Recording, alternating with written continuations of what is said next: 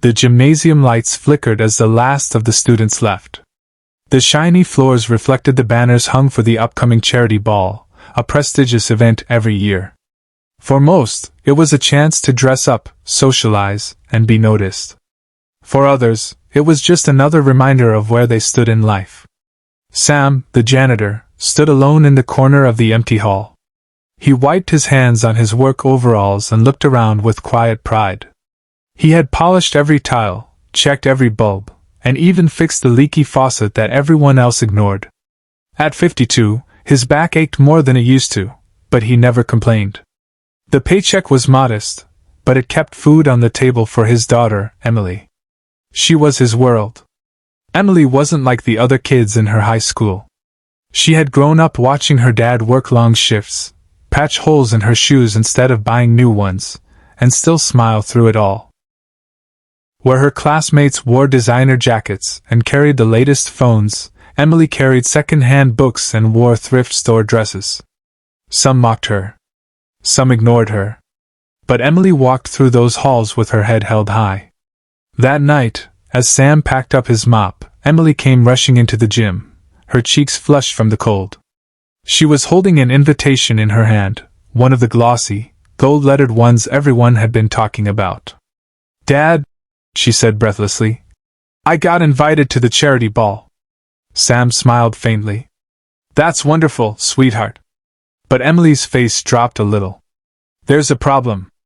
Everyone's bringing a date. And I don't exactly have anyone to ask." She paused, then blurted out, "Will you be my date to the party?" The words hung in the air. Sam's mop slipped slightly from his hand. His daughter was asking him, the janitor, to walk into a room full of wealthy families, polished cars, and tailored suits.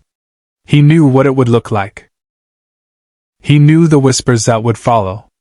But he also saw Emily's eyes shimmering with hope, as if his presence would be the only thing that could make the night perfect. "Are you sure?" he asked softly. "Of course," she said firmly. "You've always been there for me. Why shouldn't you be there with me?" That night, Sam lay awake in his small apartment, staring at the ceiling. He thought about the teasing Emily already endured, the cruel looks, the labels. Bringing her janitor dad to the biggest event of the year? It could crush her socially. But then again, maybe it would show her how proud he was to stand beside her. The day of the ball arrived. Emily had borrowed a simple but elegant dress from a neighbor. She had done her own hair in front of their cracked mirror. When Sam stepped out of his room, wearing his only suit, an old navy one from his brother's wedding, Emily's eyes welled up. "You look perfect, Dad," she whispered. The moment they entered the ballroom, silence fell for just a beat too long. Conversations paused. Heads turned. And then came the whispers. "Isn't that the janitor? She brought her dad to a ball. Look at his suit, it's so outdated." Emily gripped her father's hand tighter, her chin lifting proudly. Sam straightened his shoulders, though he could feel the heat of judgment pressing down on him. They walked across the hall as if they belonged there. And in truth, they did, because of Emily's courage, not the approval of others. Halfway through the evening, when the music started, Emily tugged at her father's sleeve. "Dance with me?" she asked. Sam hesitated.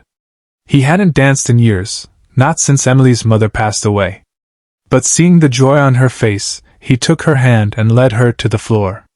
The two of them twirled under the lights, laughing at their missteps, lost in their own world. The murmurs around them grew louder. Some sneered, others pitied. But not everyone disapproved. A few teachers smiled quietly, touched by the sight of a father and daughter who clearly adored each other. Then came the unexpected twist. Midway through the dance, the head of the school board, Mr. Reynolds, stepped forward and clinked his glass. "Ladies and gentlemen," he announced, "tonight is about more than glamour and appearances. It's about honoring the people who make this community what it is." He paused, glancing toward Sam. "I want to take a moment to recognize someone most of you see every day but rarely notice. Sam here has kept this school running for over 20 years. He's worked harder than anyone to keep our children safe and cared for. Tonight, seeing him here with his daughter reminds us all of what true dignity looks like. The room went silent again, but this time not with mockery, with shame. Eyes dropped, whispers died, and then slowly applause began. First a few, then a wave, until the entire hall was clapping. Emily looked up at her dad, tears spilling freely now. Sam squeezed her hand, overwhelmed, caught between pride and disbelief. He had expected humiliation. Instead, he stood in the center of the ballroom, finally seen, not as a janitor, not as a man in an old suit, but as a father who had given everything for his daughter. The rest of the night felt different. Strangers approached to thank him, teachers told him stories of how his small acts of kindness had mattered, and students who once mocked Emily now looked at her with something like respect.